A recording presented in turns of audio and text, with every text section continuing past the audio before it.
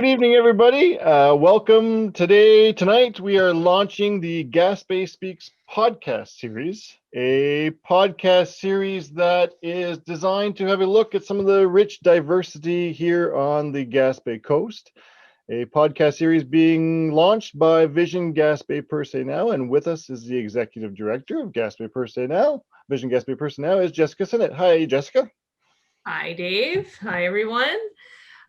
So the Gaspé Speaks podcast series, the idea behind it was really about finding some creative ways to promote our area through the history and also through some of the stories of Anglophones that some of which who moved back to Gaspé after growing up here and really set up their lives here in the area and how successful they've been at that. So a bit of that is about, encouraging some of the youth now to consider coming back to Gaspé after they're done their studies, increase their sense of belonging. And one of the podcasts in particular was more focused around history, and that was the Irish history, because there's a big history there. And some of the culture is definitely still there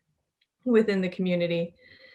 So in terms of the funders, I'd like to thank the funders for this. We have the Community Health and Social Services Network, who are funding this project through the Enhancing Regional Community Capacity funds, which actually come from the Secretariat for Relations with English-Speaking Quebec.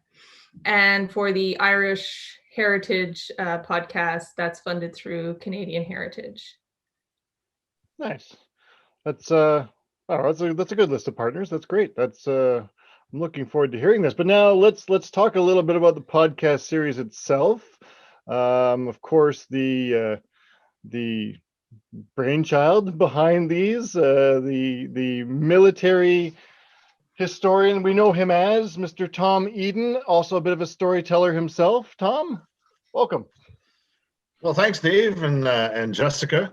So a couple of months ago, I received I forget if it was a call or an email from Jessica talking about the idea of doing a podcast. Originally, we were going to do the original discussion was around one podcast. We were going to do something in relation to Irish history. We sort of developed that idea for a little while, and then it expanded into the possibility of doing 5 different episodes. So it was also an opportunity for me to revive my concept of the Gaspé Speaks. Originally, the Gaspé Speaks a couple of years ago was developed with the idea of being sort of a web-based documentary film series with little features on various people, English-speaking people from around the coast. And the concept was that simple.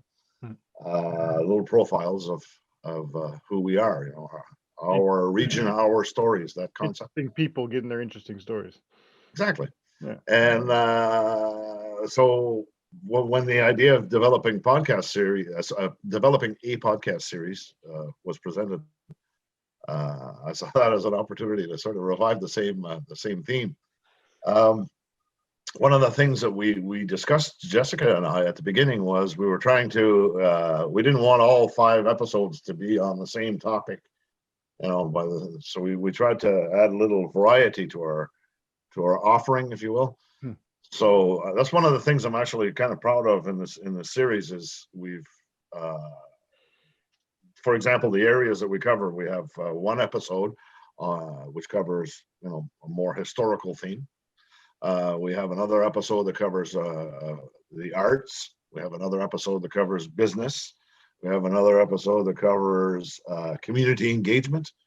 And then we have one that is focused on health issues, particularly mental health in this instance.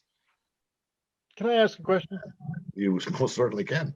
What is a podcast? I mean, you're talking about it being before like these little video snippets, but a podcast is something totally different, yes? Yes, well, exactly. Podcasts, the thing about essentially what it is it's a think of a radio program or a radio documentary that's web based, that you can access through the internet. One of the advantages, one of the major advantages of a podcast is it's portable, and it's also you can listen to it whenever you want. Whereas a typical radio show, it's scheduled for a certain time, and that's it.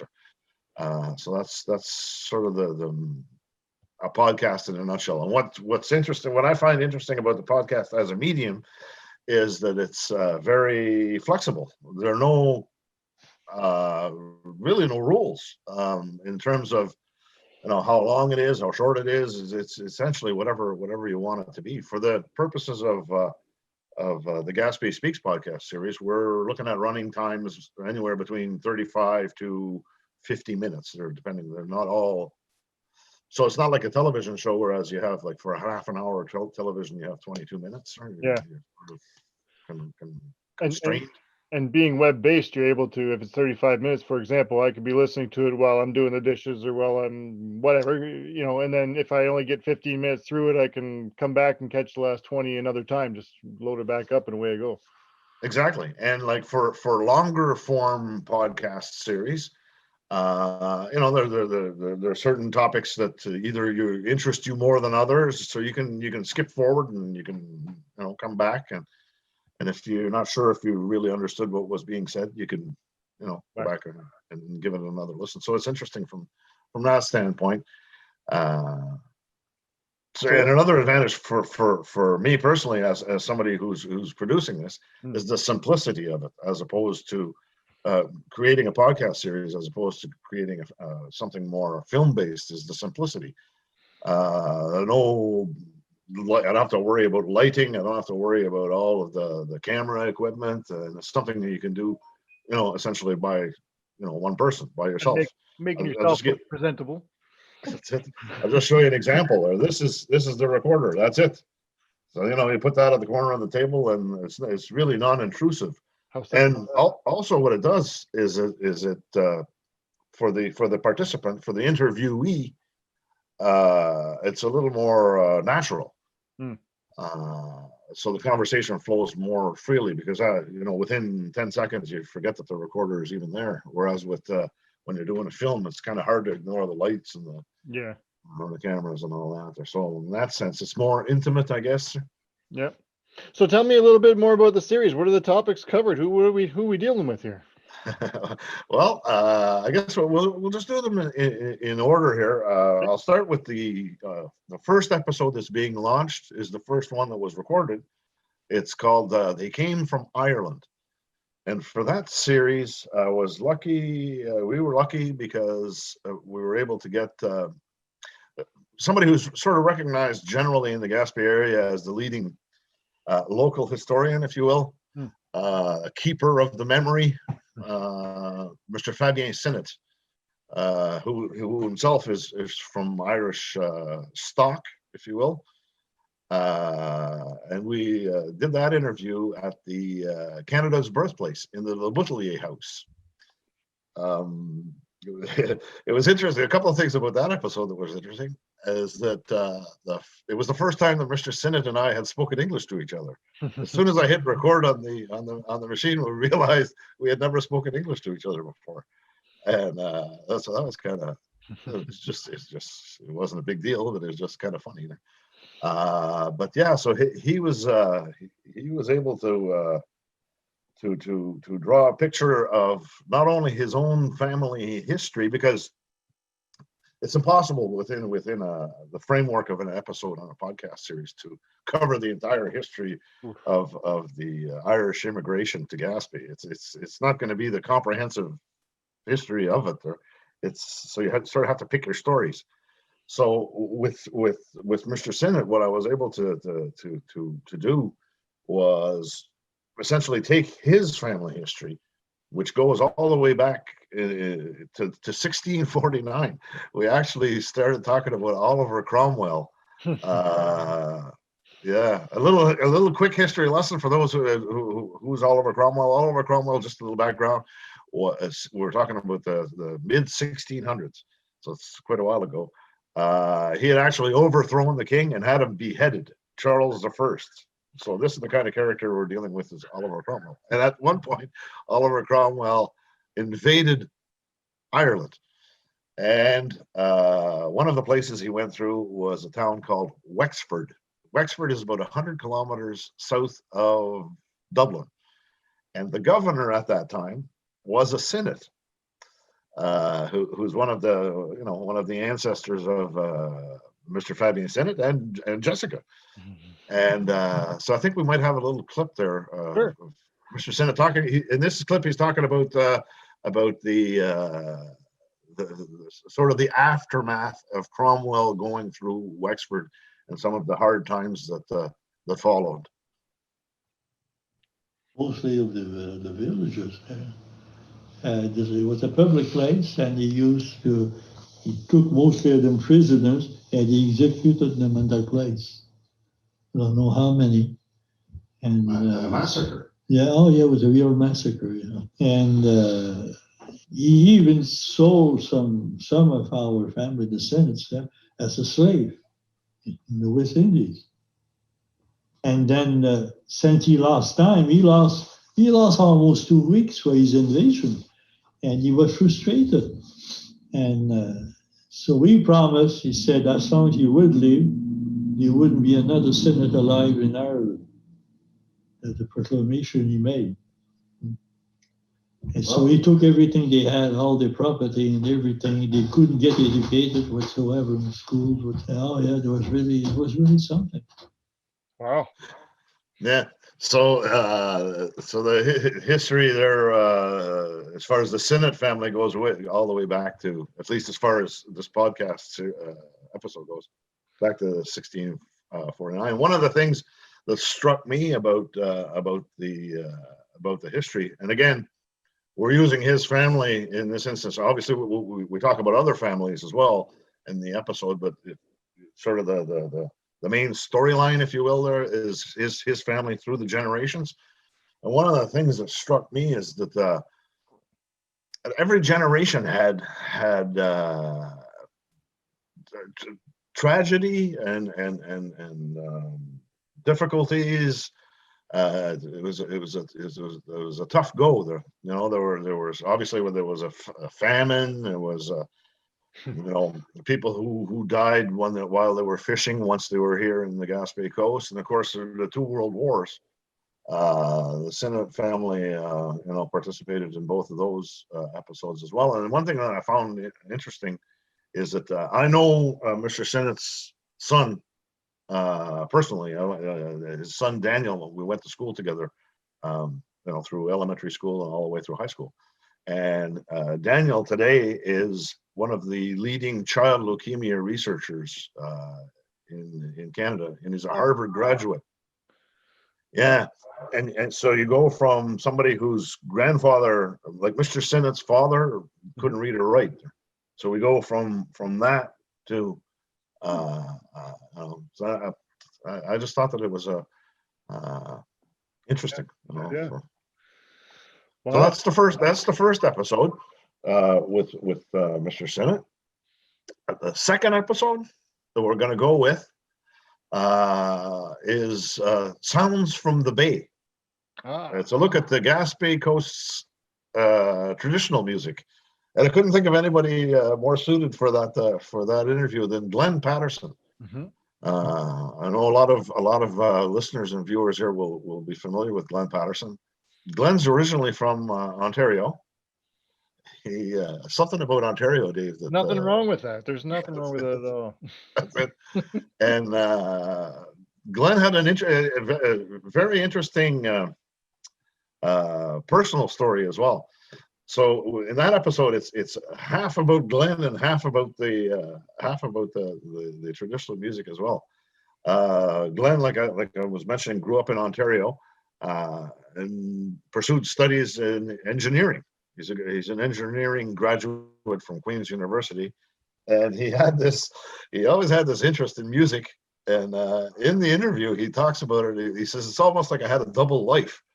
You know, the sort of the very Cartesian black and white world of engineering, and the more artistic side. A mix of the You know? left brain, right brain. Yeah, exactly, exactly. And he always sort of he talks about I wouldn't go so far as say it was a struggle.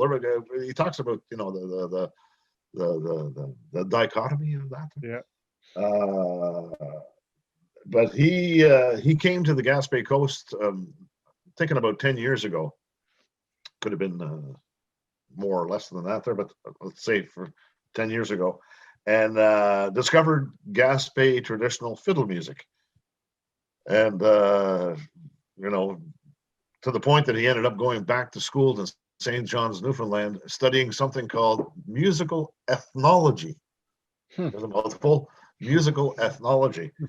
And essentially what it is it's the study of the relationship between the music and the people. And at one point I asked him, I said, is there such a thing as the Gaspé sound? You know, is what makes the Gaspé music Unique. different than other music? And in this clip that you're going to hear, he sort of he started off by trying to describe it, and then eventually he did what most musicians do. There, he grabbed an instrument, so he walked away, he grabbed the fiddle, and he came back and he demonstrated it. So here's Glenn Patterson describing what the Gaspé fiddle sound is.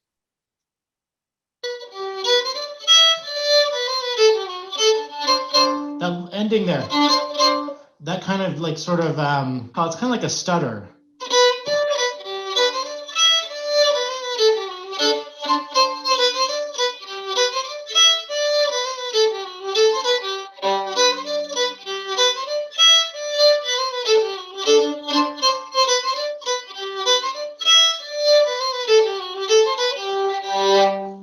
There's a lot of those little stutters in this music.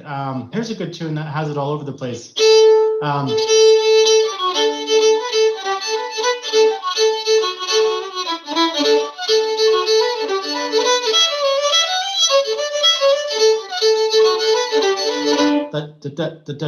Like that kind of that.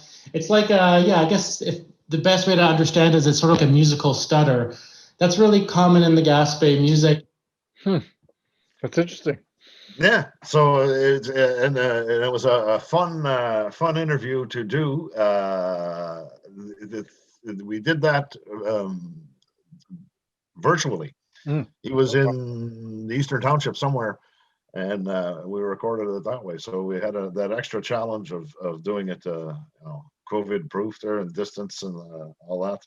So that means every time I'm playing guitar and mess up and I do this sort of thing, it's really the Gaspesian sound. Exactly. Not exactly sure that's what he meant, but yeah, we'll go with that. All right. And yeah, so that episode was a lot of fun to produce. And then the next one after that was we call it "Raise a Glass of Gaspé." That's with Michael Briand, who's the co-founder and marketing director of the O'Dwyer Distillery. And I'm sure you're familiar with their work, Dave. Oh, yeah. What are you saying? Yes, I am. There you go. And Michael was also what was interesting about Michael was he also grew up away from the region, but he has family ties to Douglastown. Okay. But he grew up away from the area, and he also lived for a time in Australia. And he came back to, but he always had an attachment to the Gaspé region, and he came back to do his CEGEP studies. And what was interesting about Michael is even though he's a generation younger than I am, there's some similarities there. He wasn't necessarily the world's greatest student at one point there, and he ended up switching programs at the CEGEP. And the program that he wanted to pursue was only offered in French, so he had to go back to he had to pursue his studies in French. And at this point, he certainly wasn't fluent in French, so he had the double challenge, if you will, there of studying, learning a trade, learning sort of the academic side, but also learning a language. So he was explaining that, for the first little while, he'd go to school and he'd come back in the evening at 7 o'clock in the evening. He was just totally wiped. But one of the interesting things about there were a lot of interesting things about Michael. The first thing that strikes you when you meet him for the first time is how dynamic he is. He's tuned in, and so he was a lot of fun. And we recorded that at the distillery, the O'Dwyer distillery. So I got to do a little tour there, and we sat in his office, and I was showing a recorder earlier, and it was as simple as that. Put the recorder in the table, hit record, and away he went. And in the clip that we're going to be hearing in a moment, there he talks about the very first order that that O'Dwyer received from the SAQ, and he was explaining that some of the challenges of being a startup. They're doing this for the first time. So the first order they received was for 1,200 bottles of the Radun gin. Anyway, but you'll hear in the clip there. But essentially, what happens is the SAQ ends up ordering 1,200 bottles, and in short order they scrap that order altogether, and they come back with an order for 4,800 bottles. They quadrupled the order. So and that presented obviously some challenges for him. So he talks about that a little bit here.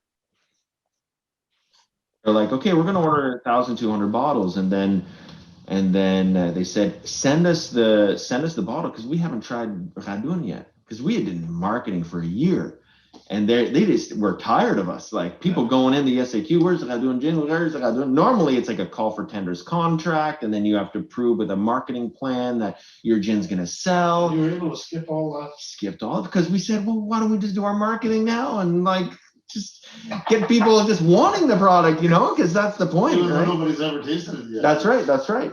And so, it's a big leap of faith. Oh yeah. But I knew a mushroom gin would be good because it's such a rich ingredient, And so yeah, we accepted the order for 1,200 bottles, and the SAQ says send us like 3 bottles. And a couple weeks later, 2-3 weeks later, they call us up and they're like, we tried your gin.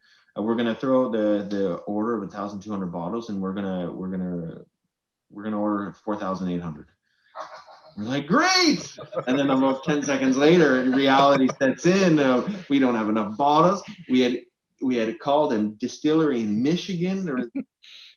Yeah, that's a good problem, but a problem just the same. Yeah, and so in the episode, he goes on to explain some of the funnier little anecdotes that happened in the production of that 4,800 bottles. But and Michael's an example of somebody who had a business idea and actually followed through with it. Yeah. All the way through. He was, and he also in his episode he talks about sometimes life puts you in contact with people, the right people at the right time. And one of the important things is to be able to realize it when that happens. Yeah.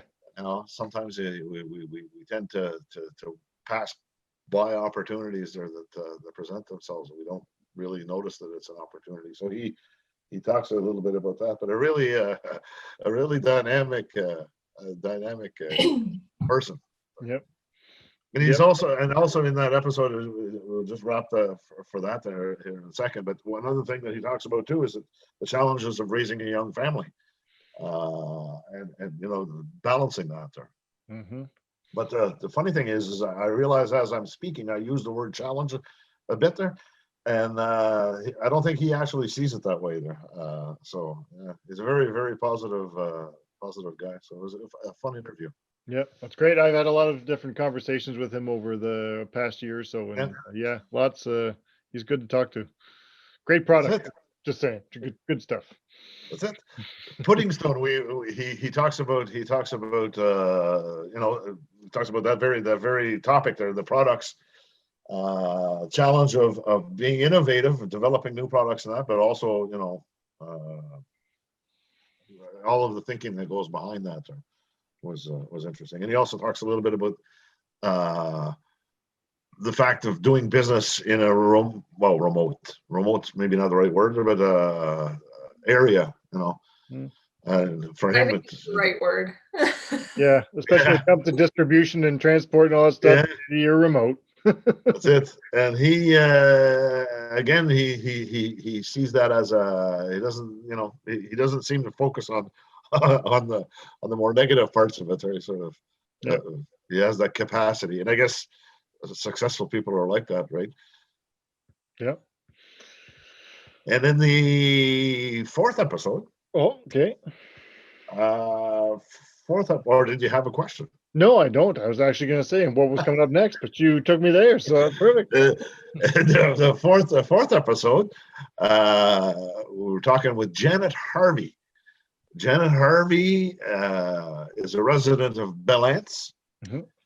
But her story is a little bit unparalleled with Michael's in the sense that here's somebody who their link to the Gaspé coast was through their grandparents. Janet didn't grow up here. Okay.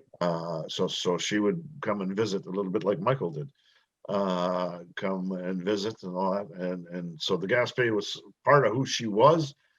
And she ended up spending her professional career. She worked in the architecture field in British Columbia.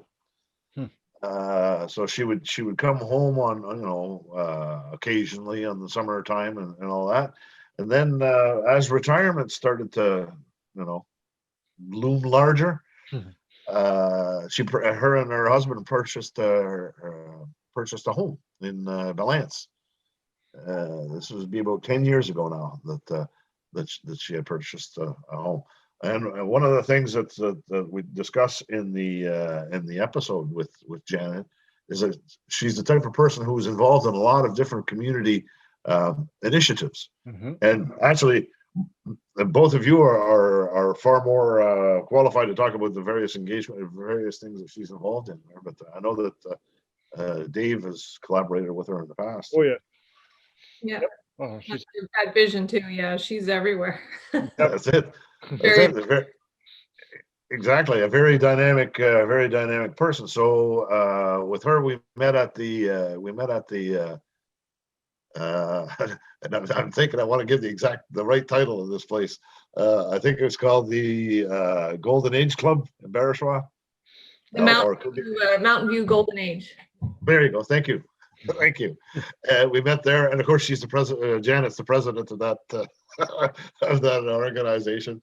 So we sat there. We discussed a little bit about her life path, if you will, up to this point, and some of the projects that she was in. But one of the interesting things that came up in the conversation was initially when she first moved back to Gaspé. They were still living in Vancouver and summering in Gaspé and all that. And one of the ways that she was able to extend her summer stays in Belance was telecommuting. So she telecommuted even before the term was a term. Mm-hmm. So in this clip, she talks a little bit about the first few years that she was in the area full time.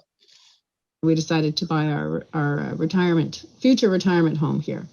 So we bought the house that we're in Belance in 1999 and decided to, in 2010, we decided to move here. So, but during that 10 years, we would come down, then we would come every summer.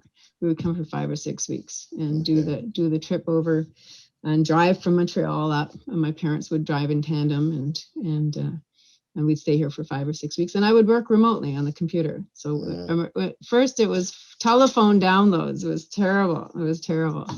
But it soon got better with the internet. So it was. So I've been doing this telecommuting for 10 years. You're a pioneer 20 years. in your field. So. Oh, telephone downloads! I can only imagine. Oh, that's it. But so that was it.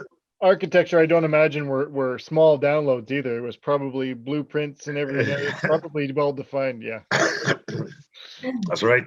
That's right. But it was an interesting conversation, and she certainly involved in a lot of different initiatives. And what I enjoyed about that conversation was I I'm not as familiar with Barachois, you know, corner of the beach, Barachois, Balance and St. George and all that as you know, as the Gaspé area there. So I learned you know, quite a bit about that area, and it was an interesting talk. For somebody coming from British Columbia, she has dove into that area and knows a lot about the history, and she's developing projects around that history, and she's really quite involved. She comes to every table with a wardrobe of hats to wear. Oh yeah, with all their different yeah. president of this and president of that. So That's yeah, it there. be a rich conversation for sure. And the 5th episode, and these are in no particular, they were in no particular order. The 5th episode is called On. All of a sudden, I'm having a blank. What the title is? On Matters of Mindfulness. There we go. On Matters of Mindfulness, and that's an interview with Dr. Megan McCallum, clinical psychologist in Gaspé. And that was very, very, very interesting. And I got to use my my line that Dave likes so much, sir. You and I are related. So anyway, because we sort of are distant relatives. Is that the next podcast series? How are you related to Tom Eden? 7 degrees of Tom. So mindfulness. Anyway. Yes. Mindfulness. What's mindfulness? Tell exactly. Me. I didn't know. I sort of kind of figured what it probably meant there, but I didn't have the exact definition, and that's why we have Megan McCallum a clip, and she describes that very thing in this clip. That I'm really interested in because I think it's overlooked. I think it's often generalized as basically a practice of meditation where one sits down and empties one's mind. Most people don't believe they can do that, and they're correct.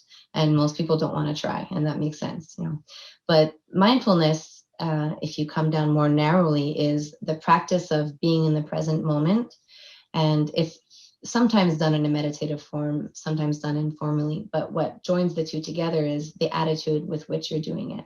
So you're not in a state of analysis or problem solving or remembering something that you wish you could change about the past or anticipating something that's going to happen tomorrow. It's sort of creating a blank slate in your short-term memory and just giving your brain a break by being in the here and the now. So it's useful in so many ways. And honestly, I just can't think of any intention that someone has with regards to changing a habit, communicating something, dealing with an emotion. It has to start with mindfulness, because if you're not observing properly what's happening, how can you change it or modify it? If you don't know what you're really thinking and accepting it fully, then how are you going to do the work? That sounds great. There you go. Cleaning up a space in the short-term memory just to live in the here and now. Wow, that'd be cool. That would be exactly why I led it to Megan to explain what it meant. But a couple of things about that interview. First of all, when you sit with Megan, and I knew who she was, but we had never met. And one of the first things you notice is just, I mean, this is the lights are on and everybody's home. They're very, very, very, very smart Mindful? person. She's very mindful. Yes. And the second thing that sort of came to the top fairly quickly was she's fueled by she wants to give back to her community. She wants to do good for her community, and she's trying to figure out ways to do that, because I mean she's one clinical psychologist. There's only if you were to look at it from a private practice standpoint, there's only so many people you can practically see in a day. So she's looked at different ways of reaching a wider audience, maybe to help from a mental health standpoint of her community. I know that she's done some stuff with some things with vision for sure. Yeah, she does our caregiver project, our workshop.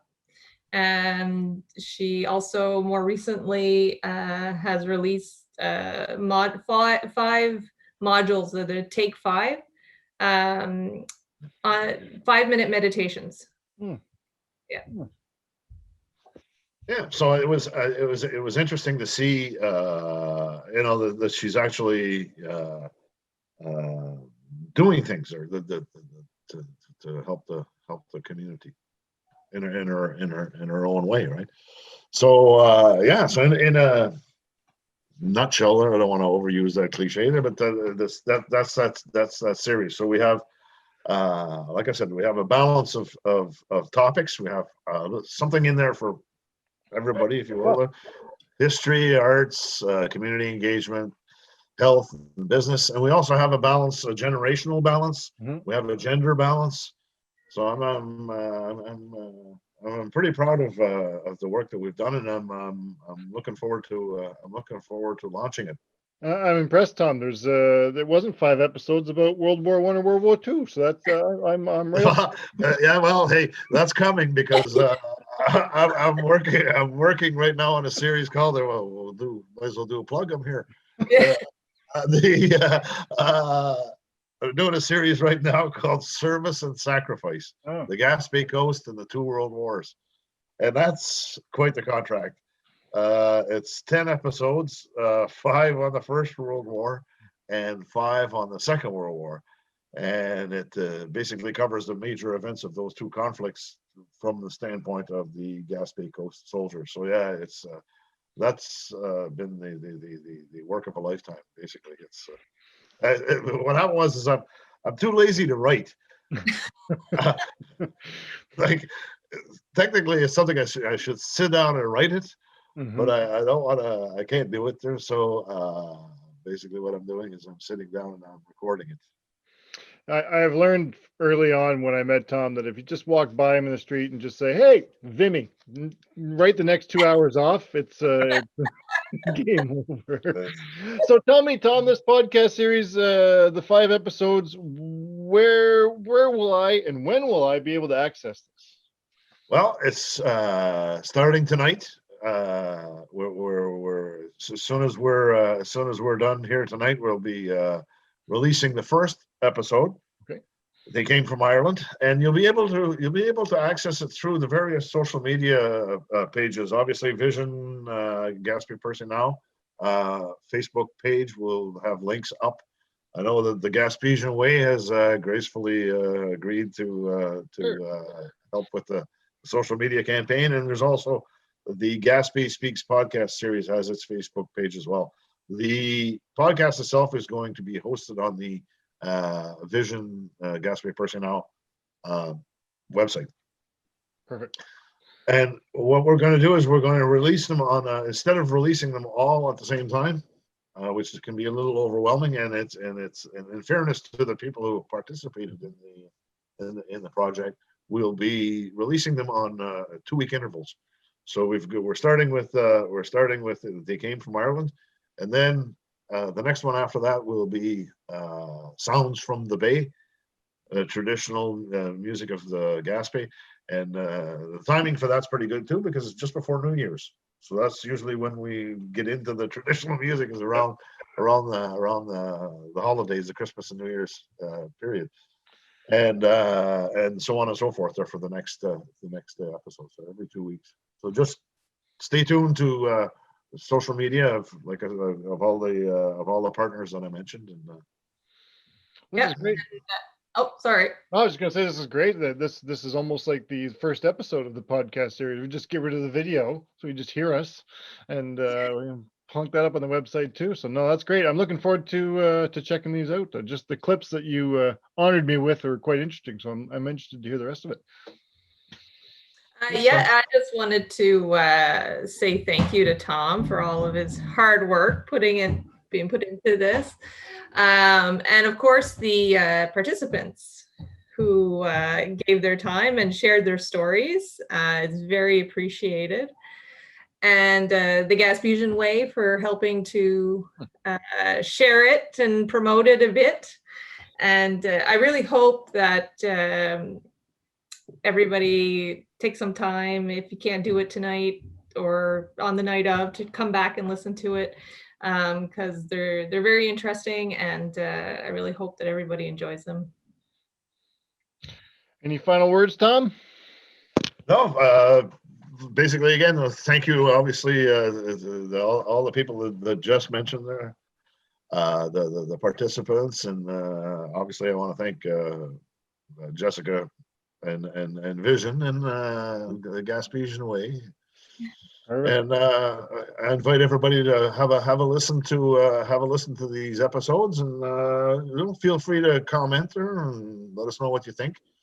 And hopefully this is something that we can expand upon in the future, because it's there are thousands of stories out there available that just need to be recorded. That was it. You're starting with 5, but there's 5,000 more to go. Yeah, well, it's something I'd like to see. I'd like to explore. And and one last thing, like from a personal level, it's a